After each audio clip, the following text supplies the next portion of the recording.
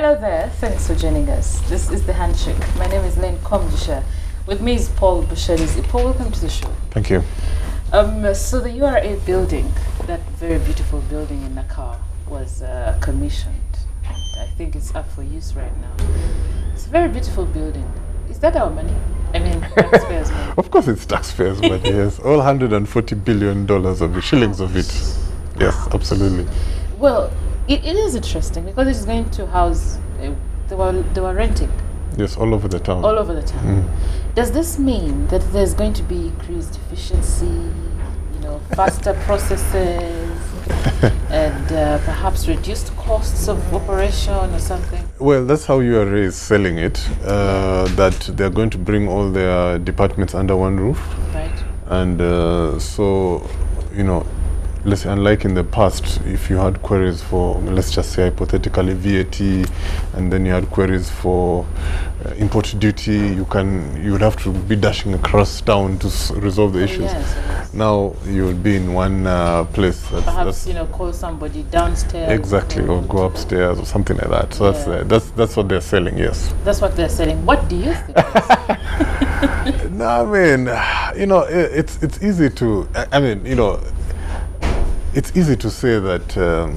Okay, one thing for sure is that even if they put them in one place, right. The good thing is that they have an e-tax system going on. So I actually don't have to go to Nakawa unless I really have a very serious case or one thing or the other. There are certain issues that have to be dealt with manually. So that's useful. Of course, the problem then becomes if the system goes down, then you can imagine the traffic that's going to be heading to Nakawa on the day that the systems collapse. So efficiency, I think. Thankfully they have the e-tax system going on, so that should help. Should ease it's like us now with banks. You don't have to go to the bank. You rarely do have to go to the bank. You can do everything off your desk or off your phone. The interesting thing that's going to happen is, and I hear them saying they're going to save 15 billion shillings in rent per year or some stores. Yeah, that's what they say. 15 billion shillings in rent per year. Because I was itching to ask, where is that money going to go?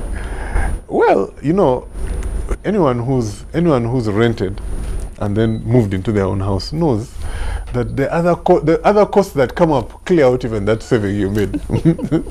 So I mean, it will be interesting to see their figures, but you can expect that utility rates, power, water, sewage, everything. Those are costs that were probably collapsed into other things that you never quite saw, and you probably will suffer them.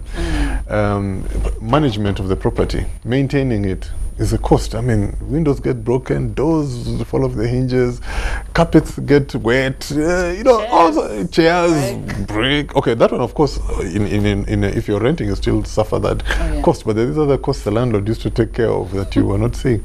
And then, there's depreciation, which might not be very big deal for URA since it doesn't need to talk about assets and liabilities, but depreciation is also there. So I suspect if it is anything like what happens when we move from our rented houses to our own houses, that saving is not there. It will just be wiped out. So they shouldn't push that line too much. It's interesting. I hope we don't see people rushing there to commit suicide in those buildings. I'm serious.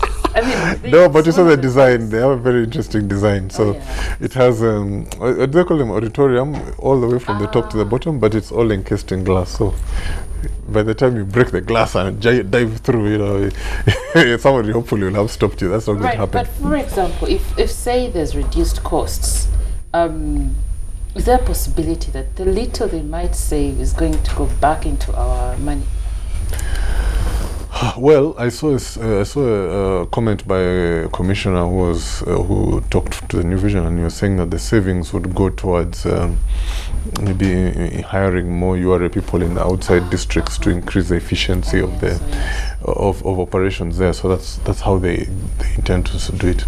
But there's one unintended consequence. Not unintended consequence. One consequence of this that will have a much wider impact, I think, is that, for example, URA was renting about 5,000 plus square meters of space in Crystal Towers. Now that is, it's on the market. Oh yeah. There was renting. Of course, there are many other places all around town, and they're all pulled out of those. You know, in an ideal property market, the rates would start coming down now, because those landlords have to fill the space. And we know already there's a problem with too much space in the commercial areas. So, you know, there must be a lot of landlords or property developers who are just cussing URA's move. Well, what can they do? They should have, you know, foreseen. Oh, well, yeah, but, well, you're right. They should have foreseen. I mean, that building has been going up for the last 3 years or so. We've been seeing it going. Yeah. But what do? You've already built you've already decided the foundation. You've already built the building. Now you have to rethink your thing. Well, I think so it's going. There's been some gnashing of teeth in the hills of Kampala for the next few months or so. Absolutely. Yeah. But well, that's a good move, really. But you already think? Yeah. Okay. I'm thinking it reflects well on the economy, doesn't it? Why? Because they had the money to build it, which is true.